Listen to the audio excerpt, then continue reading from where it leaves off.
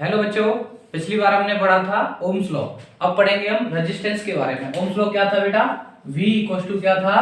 I R। ये जो V था वो क्या था हमारा? वोल्टेज। क्या था? वोल्टेज। I क्या था? करंट। क्या था? करंट। और ये जो R था ना, R, ये R था आपका रेजिस्टेंस। क्या था? रेजिस्टेंस।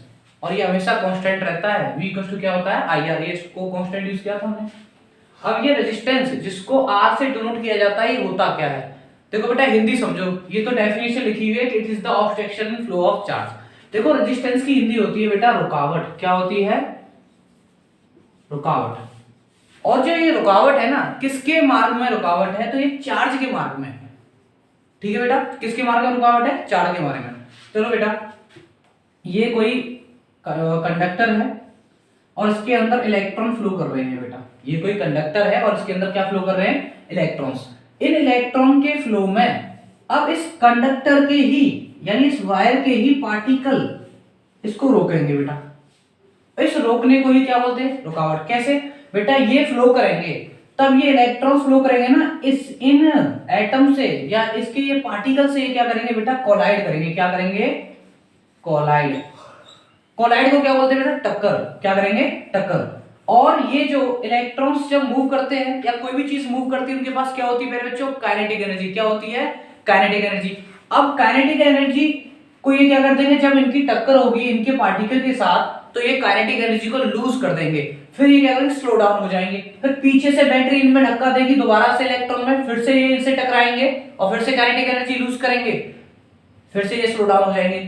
तो इलेक्ट्रॉन क्या करता है? कोलाइड कर करके टकरा कर बार बार ये सारी चीजें होती रहती हैं पूरे के पूरे वायर में। और किस वेलोसिटी के साथ चल रहे हैं ये बेटा? जब ये टकरा कर चलते हैं तो कैसे चलते हैं? ये घिसट कर। इसको बोलते हैं बेटा ड्रिफ्ट करना। क्या बोलते हैं इसको? ड्रिफ्ट करना। इलेक्ट्रॉन किसके साथ चलते हैं बेटा? ये चलते हैं ड्रिफ्ट वेलोसिटी के साथ, यानी ये चलते हैं बहुत ज्यादा टकरा कर घिसट कर चलते हैं। अब बेटा मैं रेजिस्टेंस की बात करूं तो इसका कोई पर्टिकुलर फॉर्मूला आएगा, लेकिन बाद में आएगा, क्योंकि वो किससे निकलता है? उसके फैक्टर से निकलता है। लेकिन इसका एक फॉर्मूला है, अभी हमने पढ़ा था, V इक्वल टू क्या होता है बेटा? IR। इसी से अगर मैं V को I से डिवाइड करा दूं, V divided by I equal to क्या रहेगा बेटा? R। ये इसका एक पर्टिकुलर फॉर्मूला तो नहीं है, बट ऐसे निकाला जा सकता है बेटा। अगर वोल्टेज 2 है, करंट भी 2 है, तो 2 डिवाइडेड बाय 2 क्या होगा? रेजिस्टेंस। ये रेजिस्टेंस हमेशा बेटा कांस्टेंट रहता है। और इस रेजिस्टेंस की बेटा यूनिट क्या होती है? इस रेजिस्टेंस की बेटा ऐसा यूनिट की बात करें तो ऐसा यूनिट क्या होती है बेटा? ओम होती है। क्या होती है? ओम। क्या होती है?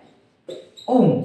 इसको बेटा ओमेगा भी बोलते हैं। क्या बोलते हैं? ओमेगा। ऐसा यूनिट ऑफ रेजिस्टेंस क्या होती है बेटा? ओम होती है। और रेजिस्टेंस का मतलब होता है रुकावट, यानी जो वायर है उसके अंदर जो इलेक्ट्रॉन फ्लो करते हैं उनको रुकावट महसूस होती है। किसके पार्टिकल से? इसी वायर के या इसी कंडक्टर के पार्टिकल से। वो उसको रोकने की कोशिश करते हैं, वो उसको फ्लो करने नहीं देते अंदर से। ठीक है बेटा, समझ में आया इतना? अब पढ़ेंगे बेटा 1 ओम। डेफिनेशन आ जाती है कभी कभी 1 ओम की। तो 1 ओम क्या होता है बेटा? जब एक वोल्टेज का पोटेंशियल डिफरेंस 1 एम्पीयर की करंट को फ्लो कराता है तो उसको क्या बुलाते हैं? 1 ओम। और ओम किसकी यूनिट होती थी? SI, unit of resistance. अब बेटा रेजिस्टेंस किस किस पर डिपेंड करता है? तो उसके 4 फैक्टर्स हमें देखने को मिलते हैं। पहला है बेटा लेंथ पर। किस पर डिपेंड करता है? Length of a wire. दूसरा बेटा किसी भी वायर के क्रॉस सेक्शनल एरिया पर। किस पर? Cross sectional area of wire. तीसरा बेटा उसके मटेरियल मीडियम पर, यानी nature of material of wire. और चौथा है बेटा टेम्परेचर पर। किस पर डिपेंड करता है? टेम्परेचर पर। तो ये 4 फैक्टर्स पर रेजिस्टेंस डिपेंड करती है। पहला फैक्टर है बेटा लेंथ ऑफ वायर। अगर मान लीजिए बेटा, अगर किसी वायर की लेंथ इतनी है और दूसरे वायर की लेंथ बस इतनी है, तो बेटा जितनी लंबी वायर होगी ना, उतने ज्यादा नंबर ऑफ कोलिजन देखने को मिलेंगे और उतनी ही दिक्कत होगी इलेक्ट्रॉन को निकलने में। जितना लंबा वायर होगा उतना ज्यादा कोलिजन्स होंगे, और कोलिजन्स होने से क्या होगा बेटा? रेजिस्टेंस बढ़ेगी। क्या बढ़ेगी? रेजिस्टेंस। क्योंकि उसकी रुकावटें बढ़ जाएंगी, मार्ग में और ज्यादा पार्टिकल आ जाएंगे, लंबा वायर होगा, निकलने में दिक्कत होगी। तो यानी कि रेजिस्टेंस कब बढ़ती है? जब किसी भी वायर की लेंथ को बढ़ाया जाता है। और रेजिस्टेंस कब घटती है? जब लेंथ ऑफ वायर भी घटे, यानी कि जो रेजिस्टेंस होता है वो डायरेक्टली प्रोपोर्शनल है लेंथ के, यानी लेंथ बढ़ाने से रेजिस्टेंस बढ़ जाती है और लेंथ घटाने से रेजिस्टेंस भी घट जाती है, यानी एक के बढ़ने से दूसरा बढ़ता है। इसी चीज को क्या बोलते थे हम, डायरेक्टली प्रोपोर्शनल, यानी कि लेंथ बढ़ा दिया रेजिस्टेंस बढ़ेगी, लेंथ को घटा दिया तो रेजिस्टेंस भी घटेगी। अब प्यारे बच्चों दूसरा है एरिया ऑफ वायर। अब इसको आपको भूलना पड़ेगा। अब एरिया ऑफ वायर क्या होता है, मानिए प्यारे बच्चों ये कोई वायर है, ये अगर इलेक्ट्रॉन को, अगर एक बहुत पतला वायर है, एरिया मतलब आप समझिए इसकी मोटाई, एरिया का मतलब क्या होता है मोटाई, एक तो बहुत चौड़ा वायर है और एक बहुत पतला वायर है, तो पतले वायर में से इलेक्ट्रॉन को निकलने में क्या होगी प्यारे बच्चों, बहुत ज्यादा दिक्कतें होंगी। वहीं मोटे वायर में से निकलने में कोई भी उसको दिक्कत नहीं होगी उतनी। तो यानी जो एरिया वायर क्या होता है बेटा, अगर मैं एरिया बढ़ा देता हूं तो रेजिस्टेंस घट जाती है, अगर मैं एरिया बढ़ा देता हूं तो क्या होता है, आसानी से निकल जाता है इलेक्ट्रॉन, एरिया बढ़ाने से रेजिस्टेंस कम हो जाती है। वही बेटा अगर मैं एरिया घटा दूं तो रेजिस्टेंस बढ़ जाती है, वही एरिया को मैं कम कर दूंगा तो इलेक्ट्रॉन को निकलने में क्या होगी, बहुत ज्यादा दिक्कतें होंगी, तो रेजिस्टेंस अपने आप ही बढ़ जाएगी। यानी कि ये जो एरिया है या रेजिस्टेंस जो है वो इनवर्सली प्रोपोर्शनल है एरिया के, यानी कि एरिया बढ़ने से रेजिस्टेंस कम और एरिया घटने से रेजिस्टेंस ज्यादा।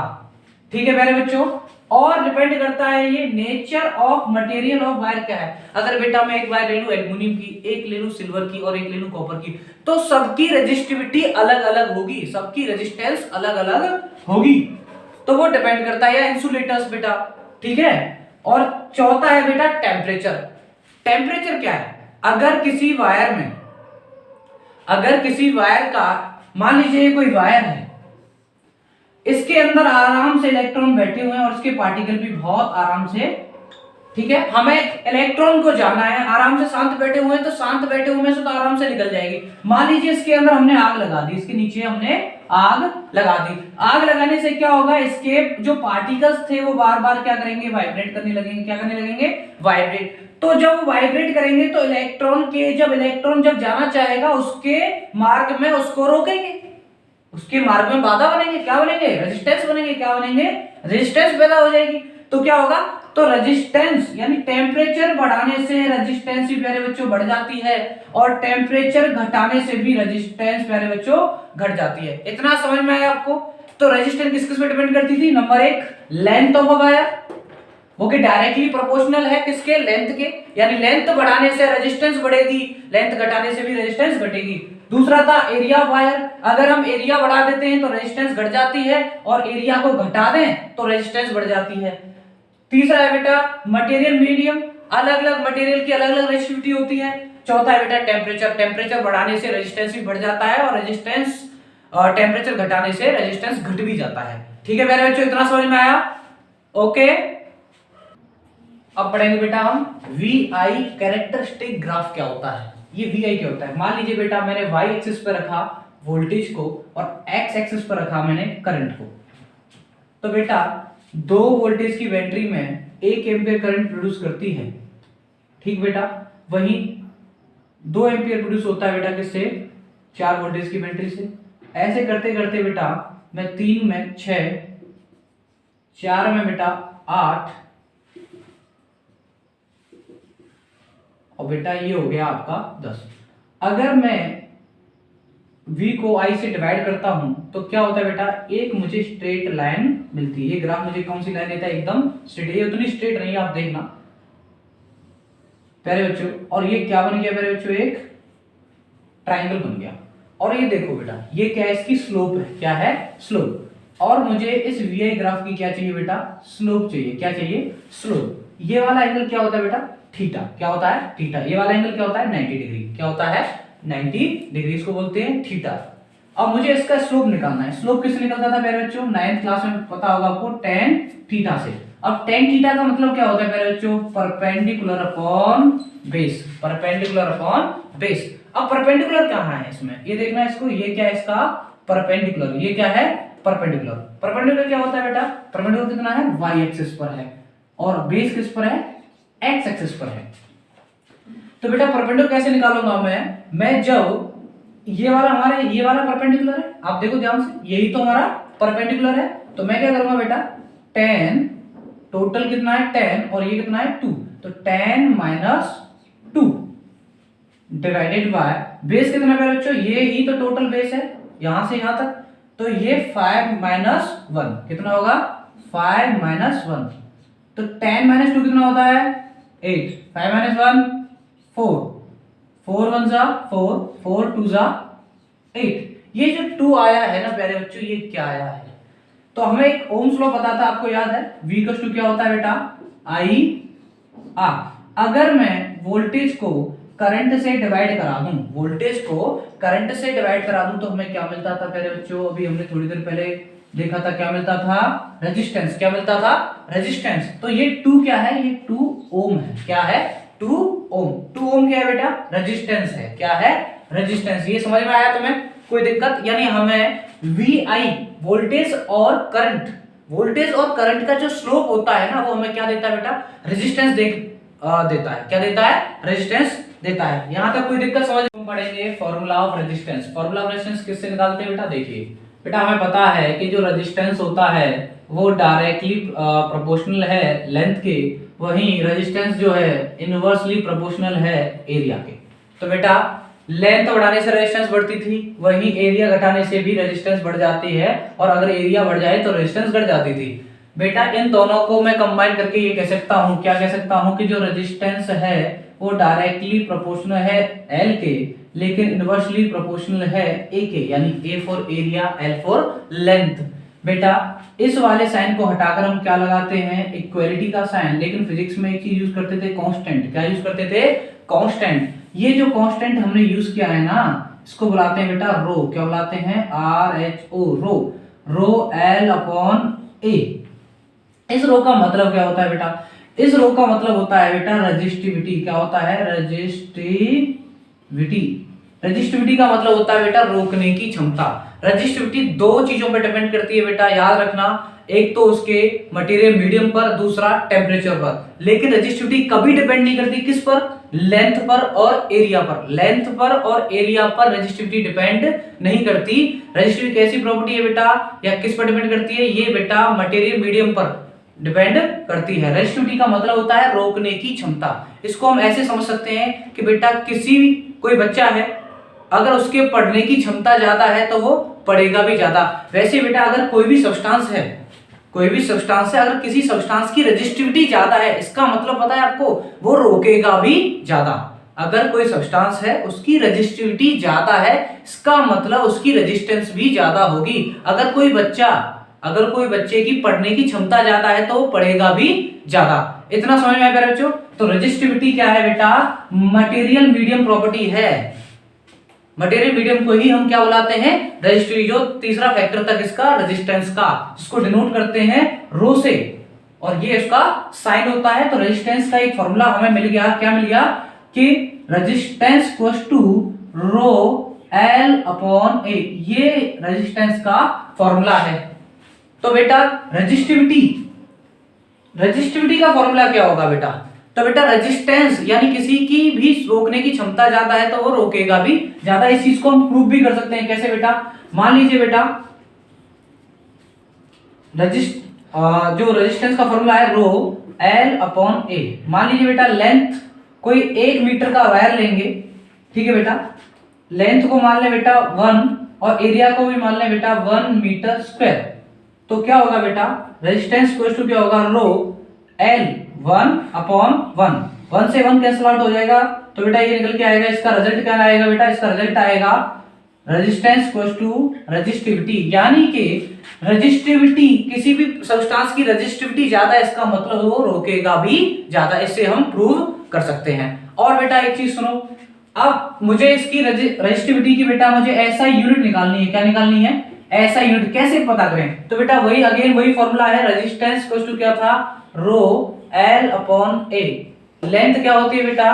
वो होती है मीटर्स में, एरिया किसमें होता है बेटा, मीटर, क्योंकि एरिया क्या होता है, लेंथ इनटू ब्रेथ, तो वो भी होता है मीटर इनटू मीटर में। तो बेटा रेजिस्टेंस क्वेश्चन क्या हो जाएगा, मीटर से मीटर कैंसिल आउट, तो रेजिस्टेंस क्वेश्चन हो जाएगा रो अपॉन एम, ये एम इसके साथ मल्टीप्लाई हो जाएगा, तो ये हो जाएगा इसकी यूनिट क्या होती है बेटा, ओम, क्या होती है, ओम, तो ओम मल्टीप्लाई हो जाएगा बेटा एम से, तो ओम मीटर किसकी यूनिट निकलेगी बेटा, ये रेजिस्टिविटी की। तो कोई पूछे बेटा रेजिस्टिविटी की यूनिट क्या होती है, तो ओम मीटर, क्या होती है, ओम मीटर। आपको समझ में आया प्यारे बच्चों? आइए बच्चों एक क्वेश्चन करते हैं। क्वेश्चन क्या कह रहा है, how much current will an electric bulb draw from a 220 volt source if the resistance of bulb filament is 1200। ठीक है बेटा, कह क्या रहा है क्वेश्चन, क्वेश्चन ये कह रहा है कि कितना 1200 ओम का रेजिस्टेंस है और 220 वोल्ट की क्या है बैटरी है, उससे कितना करंट निकलेगा। तो सबसे पहले इन सवालों करने से पहले सबसे पहले फिजिक्स में क्या लिखेंगे, गिवन, क्या लिखेंगे, गिवन क्या है बेटा, रेजिस्टेंस कितनी गिवन है हमें, ये ओम किसकी यूनिट होती है, रेजिस्टेंस की, तो रेजिस्टेंस कितनी गिवन है बेटा, 1200 ओम। वोल्टेज कितना गिवन है बेटा, डेल्टा वी कितना गिवन है, 220 वोल्ट। तो बेटा निकलवा क्या रहा है हमसे, आई, क्या निकलवा रहा है, आई। करंट कितना ड्रॉ होगा, तो बेटा एक फॉर्मूला था किसके द्वारा, by Ohm's law, V equal to क्या होता है बेटा, आई आर। V कितना है 220, I कितना है निकालना है, रेजिस्टेंस कितना है 1200, ये इधर मल्टीप्लाइड है डिवाइड में आ जाएगा, तो 220 divided by 1200 equal to I, 0 0 cancel out, ये बेटा आप कितने बार गया, ये चला गया आपका 2 से 11 टाइम्स, ये 60 टाइम्स, कितने टाइम्स गया 60, तो I इक्वल टू क्या हो जाएगा, आप चाहे तो फर्दर डिवाइड भी कर सकते हैं, पॉइंट्स में आएगा, मैं यही छोड़ देता हूं, 11 डिवाइड बाय 60 एम्पियर, इतना करंट ड्रॉ करेगा ये बल्ब का फिलामेंट किससे, 220 वोल्ट की बैटरी से। आपको समझ में आया मेरे बच्चों, क्या कि रेजिस्टेंस कितना था 1200 ओम, वोल्टेज कितना था 220 ओम, और ये हमसे कह रहा है कि 220 वोल्ट की बैटरी में से अगर 1200 ओम का रेजिस्टेंस लगाया जाए, कोई बल्ब लगाया जाए, तो वो कितना एम्पियर करंट ड्रॉ करेगा, तो वो निकालना था। तो हम जानते हैं ओम्स लॉ क्या कहता है, V इक्वल टू क्या होता है, आई आर, V 220, I निकालना था, तो मल्टीप्लाइड विद R 1200, दोनों को डिवाइड कराया, तो हमें 11/60 एम्पियर करंट देखने को मिला। समझ में आया? आइए बच्चों अब पढ़ते हैं कॉम्बिनेशन ऑफ रेजिस्टेंस, यानी रेजिस्टेंस को किस किस प्रकार से लगाया जा सकता है। तो बेटा रेजिस्टेंस को दो प्रकार से लगाया जाता है, वैसे तीन से होता है बेटा, एक होता है सीरीज, एक होता है पैरेलल, और एक होता है दोनों का मिक्स, सीरीज और पैरेलल दोनों। सबसे पहले पढ़ेंगे हम सीरीज के बारे में, फिर पढ़ेंगे हम पैरेलल के बारे में। सीरीज में क्या होता है बेटा, रेजिस्टेंस इस प्रकार से डिनोट करते हैं, जब एंड टू एंड, एक इसका एंड और उसका एंड, जब एंड टू एंड कनेक्टेड किए जाते हैं रेजिस्टेंस को, वो क्या होते हैं बेटा, सीरीज, यानी एक ही वायर पर लगा दिए जाते हैं। मान लीजिए V वोल्ट की बैटरी से, मान लीजिए V वोल्ट की बैटरी से कोई हमने तीन रेजिस्टेंस R1, R2 और R3, तीन रेजिस्टेंस को कनेक्ट किया। ठीक बेटा, अब पैरेलल क्या होता है बेटा, पैरेलल में ये होता है बेटा, एक रेजिस्टेंस, दूसरा रेजिस्टेंस, और ये तीनों रेजिस्टेंस को बेटा कनेक्ट किया गया, और वो कैसे में, पैरेलल में, यहां भी V वोल्ट की बैटरी से इनको कनेक्ट किया गया है। ठीक बेटा, अब क्या होता है बेटा, सीरीज में आपको याद रखना है, सीरीज में I क्या रहता है, यानी I यानी करंट, करंट क्या रहता है बेटा, सेम रहता है, क्या रहता है, सेम, हमेशा, ऑलवेज याद रखना, इस बात को हमेशा याद रखना कि सीरीज में करंट सेम रहता है, लेकिन जो V, यानी ये जो V है ना, पोटेंशियल डिफरेंस जो है, वो क्या रहता है बेटा, क्या रहता है, डिफरेंट, क्या रहता है, डिफरेंट, क्या रहता है, डिफरेंट। पैरेलल में क्या होता है बेटा, पैरेलल की बात की जाए तो पैरेलल में बेटा जो I होता है वो क्या करता है, डिफरेंट रहता है, करंट क्या रहता है, डिफरेंट रहता है, वहीं V क्या रहता है बेटा, सेम, क्या रहता है, सेम, यानी potential difference in parallel combination same रहता है, लेकिन करंट क्या रहता है, डिफरेंट रहता है। वही सीरीज की बात की जाए, सीरीज में हमेशा करंट क्या रहता है सेम, लेकिन पोटेंशियल डिफरेंस क्या होता है डिफरेंट रहता है। मान लीजिए V वोल्ट की बैटरी में से I करंट गया, करंट I यहाँ गया, यहाँ भी I पहुंचा, यहाँ भी I पहुंचा, यहाँ भी I, यहाँ भी सीधा I, यहाँ भी I, यहाँ भी I, यहाँ भी I और यहाँ भी I और सीधा चला गया। इधर क्या होता है, तीन रेजिस्टेंस थे, R1 ये था तुम्हारा, R2 ये था, R3। V वोल्ट की बैटरी में से I करंट निकला, यहां भी गया करंट, पर यहां देखो इस करंट को तीन रास्ते मिले, 1 2 और 3। तो करंट क्या करेगा, यहां से कुछ करंट यहां जाएगा, कुछ इधर कुछ इधर, तो यहां जाएगा I1, यहां जाएगा I2 और यहां जाएगा I3। इस प्रकार से पैरेलल कॉम्बिनेशन में करंट क्या हो जाता है बेटा, पैरेलल कॉम्बिनेशन होता है बेटा करंट डिवाइडर, और सीरीज कॉम्बिनेशन होता है बेटा पोटेंशियल डिवाइडर। क्या होता है, पोटेंशियल डिवाइडर। अगर इसके फॉर्मूले की बात करूं, अगर मुझे इसका टोटल रेजिस्टेंस, इन तीनों का रेजिस्टेंस निकालना है, जिसको बोलते हैं हम आर नेट या आर इक्विवेलेंट, तो टोटल रेजिस्टेंस यानी आर नेट निकालना हो तो क्या होगा बेटा, मैं सीधा जोड़ दूंगा, ऐड कर दूंगा R1 plus R2 plus R3। ये कहां से आया मैं इसको बताऊंगा बाद में वीडियो में अभी, ठीक। पैरेलल क्या होता है बेटा, पैरेलल का फॉर्मूला होता है 1 upon R net equals to 1 upon R1 plus 1 upon R2 plus 1 upon R3। ये इनके टोटल रेजिस्टेंस का फॉर्मूला होता है। ये सीरीज कॉम्बिनेशन होता है, ये पैरेलल में। आपको दो चीज याद रखनी है कि सीरीज में हमेशा हमेशा सेम क्या रहता है करंट, लेकिन पोटेंशियल डिफरेंट क्या रहता है डिफर। वही पैरेलल की बात की जाए, पैरेलल में करंट हमेशा अलग होता है, लेकिन पोटेंशियल डिफरेंस क्या रहता है सेम रहता है। क्या रहता है सेम। देखिए ये V है, तो यहां से यहां तक दोनों का टर्मिनल तो वही है, तो इस पर भी V काम करेगा, इस पर भी V काम करेगा और इस पर भी V। लेकिन इधर क्या होगा, इधर देखो यहाँ I सेम है, लेकिन इसके लिए क्या होगा, इसके लिए V अलग होगा, यहां से यहां तक अलग V, यहां से यहां तक अलग V और यहां से यहां तक अलग V होगा। तो ये आपको ये दो फॉर्मूले याद रखने हैं। R नेट इक्वल टू क्या होता है, total resistance in series R1 R2 R3 and total resistance in parallel 1 upon R net equal to 1 upon R1 plus 1 upon R2 plus 1 upon R3। आपको समझ में आया मेरे बच्चों? हेलो बच्चों, अब हम देखेंगे क्या देखेंगे, हम देखने जा रहे हैं सीरीज में जो फॉर्मूला था टोटल रेजिस्टेंस का, सीरीज में जो टोटल रेजिस्टेंस का फॉर्मूला था, जो R नेट का फॉर्मूला था, क्या था 1 क्या था R1 plus R2 plus R3। ये वाला जो फॉर्मूला है वो आया कहां से? मान लीजिए पहले बच्चों हमने तीन रेजिस्टेंस को लगाया, 1 2 3, ये तीनों रेजिस्टेंस को लगाया हमने across the V volt battery, ठीक। ये वाला पहला रेजिस्टेंस क्या है प्यारे बच्चों, ये है R1, ये क्या है R2, ये है आपका R3। V वोल्ट की बैटरी में से I करंट निकलेगा। चलिए ये I गया, यहां भी I गया, इसमें भी I गया, इसमें भी I गया, इसमें भी I गया, और I यहां भी I आया, यहां भी I आया और यहां भी आया, क्योंकि ये सीरीज में लगे हुए एंड टू एंड कनेक्टेड हैं प्यारे बच्चों। तो इनमें करंट तो सेम रहता है, लेकिन यहां से यहां तक पहुंचाने का पोटेंशियल डिफरेंस अलग होगा, इसका पोटेंशियल और इनका, यानी कि V इसका अलग होगा, इसका भी अलग होगा, इसका भी अलग होगा। मान लीजिए इसका V1, ये V2 और ये V3। तो प्यारे बच्चों हमें ये देखना है इसमें क्या बट रहा है। सबसे पहले हम देखेंगे इसमें क्या बट रहा है बेटा, ये V बट रहा है इसमें। अगर V बैटरी में से इसमें V1 गया है, इसके लिए V2 और इसके लिए V3, तो टोटल वोल्टेज कितना होगा बेटा, तो टोटल वोल्टेज वो होगा जो V1 plus V2 plus V3, इन तीनों को कंबाइन करके तो ही V आएगा, ठीक है मेरे बच्चों। और हमें क्या बता था, ओम्स लॉ क्या था बेटा, V equals to I R। V equals to क्या होता है I R।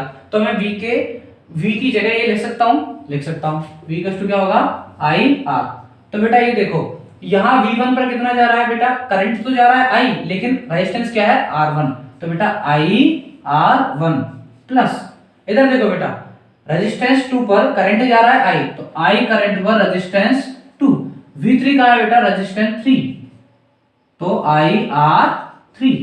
इन तीनों में क्या आपको सेम क्या है बेटा, कॉमन लेंगे इनमें I, अंदर क्या बचेगा R1 R2 और R3। यहां क्या है बेटा I R, बेटा I से I कैंसिल आउट, तो R जो R क्या है इक्विवेलेंट या नेट टोटल रेजिस्टेंस कहें या R इक्विवेलेंट कहें, तो कितना निकलेगा बेटा R1 plus R2 plus R3। ये फॉर्मूला बेटा यहां से आया है। अब पढ़ेंगे बेटा हम पैरेलल कॉम्बिनेशन का, जिसका आर नेट का फॉर्मूला क्या था। पैरेलल कॉम्बिनेशन के क्या फॉर्मूला था टोटल रेजिस्टेंस का बेटा, 1/R नेट इक्वल टू क्या था, 1/R1 plus 1/R2 plus 1/R3। ये टोटल रेजिस्टेंस का फॉर्मूला आया कहां से, उसके बारे में हम देखने जा रहे हैं। मान लीजिए बेटा V वोल्ट की बैटरी है, उसमें से I करंट निकलेगा, यहाँ भी करंट जाएगा सेम, यहाँ भी करंट सेम जाएगा, यहाँ भी करंट सेम जाएगा, लेकिन करंट को अब प्यारे बेटे 3 रास्ते मिल गए, 1 2 और 3। और आपको पता है हमेशा पैरेलल कॉम्बिनेशन क्या डिवाइड होता है, करंट। तो यहाँ मान लीजिए I1 करंट गया, इसमें I2 गया और इसमें I3, लेकिन बेटा पोटेंशियल डिफरेंस तो सेम रहता था। यहाँ इन दोनों का भी सेम, इसका भी सेम और इसका भी सेम, तो क्या होगा, V तो इन सब में क्या रहना है, सेम रहना है, यानी R1 R2 और R3 में क्या सेम रहना है मेरे बेटे, V क्या रहना है, सेम। इसका भी V होगा बेटा, इसका भी कितना होगा, V, और इसका भी क्या होगा, V। इन तीनों का रेजिस्टेंस का पोटेंशियल डिफरेंस तो V ही रहना है, लेकिन करंट क्या होगा, पहले वाले मान लीजिए I1, दूसरे में I2 और I3 गया। अब हमें ये देखना बेटा इसमें बट क्या रहा है, इसमें डिवाइड क्या हो रहा है। तो वो जो डिवाइड हो रहा है उसको पहले लो, क्या डिवाइड हो रहा है बेटा, करंट। करंट कितना निकला था, I। तो टोटल करंट क्या होगा बेटा, टोटल करंट क्या होगा बेटा, I1 plus I2 plus I3। इन तीनों का कॉम्बिनेशन ही तो टोटल करंट I बनाएगा। टोटल करंट, क्योंकि बैटरी को क्या चाहिए बेटा, यहां से करंट I1 गया है, यहां से करंट गया है, यहां से करंट गया है, तो यहां आके तो बेटा I आना आएगा यहां, क्योंकि बैटरी जितना करंट देती है उतना ही करंट वापस लेती है। तो I इक्वल टू क्या होगा, I1 I2 और I3। अब बेटा हमें ओम्स लॉ तो पता है क्या होता है बेटा, V इक्वल टू IR। ये क्या था हमारा ओम्स लॉ। तो मैं कह सकता हूं बेटा जब मुझे I निकालना है तो V upon R equal to क्या होता है बेटा, I होता है कि नहीं होता है। तो मैं I की जगह क्या लिख सकता हूं, V upon R net equal to क्या होगा बेटा, I1 पर कितना है बेटा, V। वोल्टेज तो V है, लेकिन बेटा रेजिस्टेंस क्या है, R1 plus V upon R2 plus V upon R3। बेटा इन तीनों में क्या क्या सेम है, V सेम है, तो क्या करेंगे, V upon R net equal to, आप इसमें से V कॉमन लेंगे तो क्या बचेगा, 1 upon R1 plus 1 upon R2 plus 1 upon R3। पहले बच्चों क्या बचेगा, V upon R net equal to क्या होगा, V 1 upon R1 plus 1 upon R2 plus 1 upon R3। ये समझ में आया। जब ये सब हुआ तो V से V कैंसिल आउट, तो क्या होगा, 1 upon R net equal to V 1 upon R1 plus 1 upon R2 plus 1 upon R3। ये फॉर्मूला यहां से आया। इतना समझ में आया मेरे बच्चों। अब एक क्वेश्चन है मेरे बच्चों, हमें क्या निकालना है कि इसका इक्विवेलेंट रेजिस्टेंस निकालना है। कॉम्बिनेशन जो दिया हुआ है ये फिगर में, इसका हमें टोटल रेजिस्टेंस निकालना है। तो हम सबसे पहले यहां से देखेंगे, यहां से करंट मूव हुआ ऐसे, इस एंड से मूव हुआ करंट, इधर जाके करंट क्या हो रहा है बेटा, एक ऊपर की तरफ और एक नीचे, यानी ये दोनों कॉम्बिनेशन किसमें है, ये कॉम्बिनेशन है आपके। आपको ऐसे देखना है, ये करंट डिवाइड हो रहा है, दिख रहा है। तो ये जो कॉम्बिनेशन है ये पैरेलल कॉम्बिनेशन है। पहले इनको पैरेलल से हमें सीरीज में करना होगा, फिर हम इन दोनों को जोड़कर हम इसका टोटल रेजिस्टेंस निकाल सकते हैं। तो ये दोनों पैरेलल में, तो इनको कैसे निकालेंगे बेटा, 1 upon R net equal to क्या होगा बेटा, 1 upon R1 plus 1 upon R2। मान लीजिए ये R1 है तो कितना होगा, 1/6 प्लस 1/3। एलसीएम लीजिए कितना आएगा, 6 आएगा, 6 ये 1 ये 3 2 जा कितना होगा बेटा, 3/6।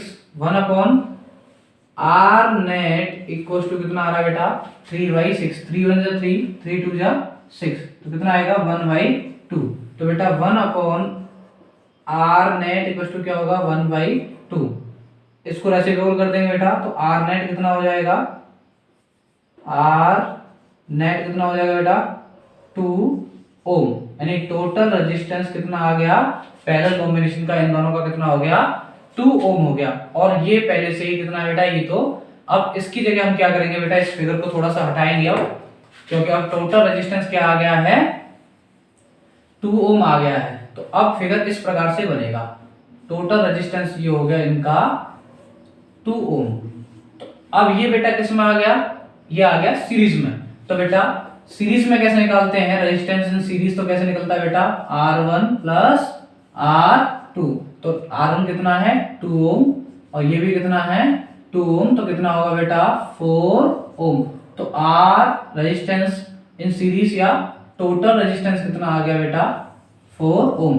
तो इस टोटल पूरे के पूरे जो फिगर का टोटल रेजिस्टेंस कितना आया था 4 ohm. I hope you will get और understand the question that we done on the board.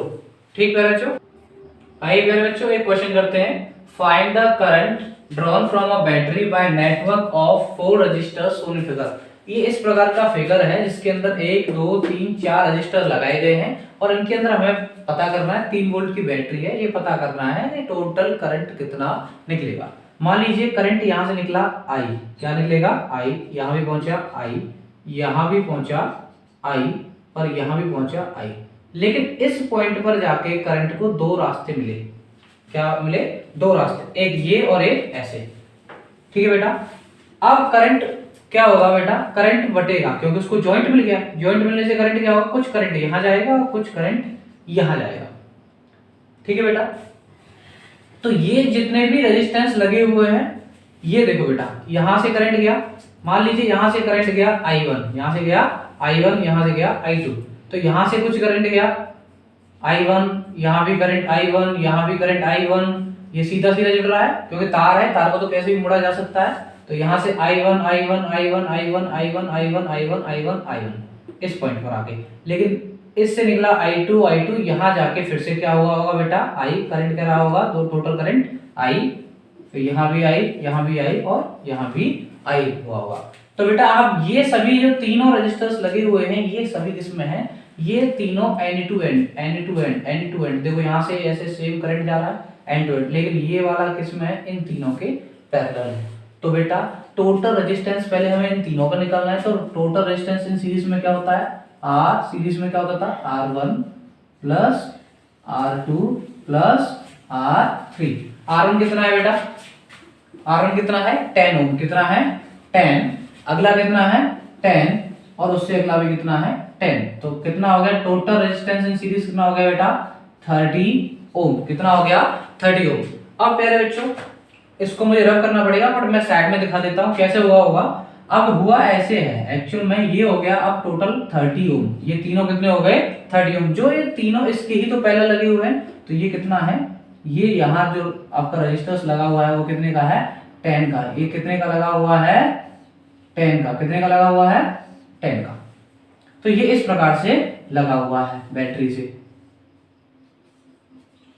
ठीक, अब ये दोनों पैरेलल में आ गए, इन तीनों के सामने पैरेलल है, तो पैरेलल में क्या होता है, अब मैं इसको हटा रहा हूं, पैरेलल में क्या होता है टोटल रेजिस्टेंस, तो रेजिस्टेंस इन पैरेलल क्या होगा 1/R1 प्लस 1/R2।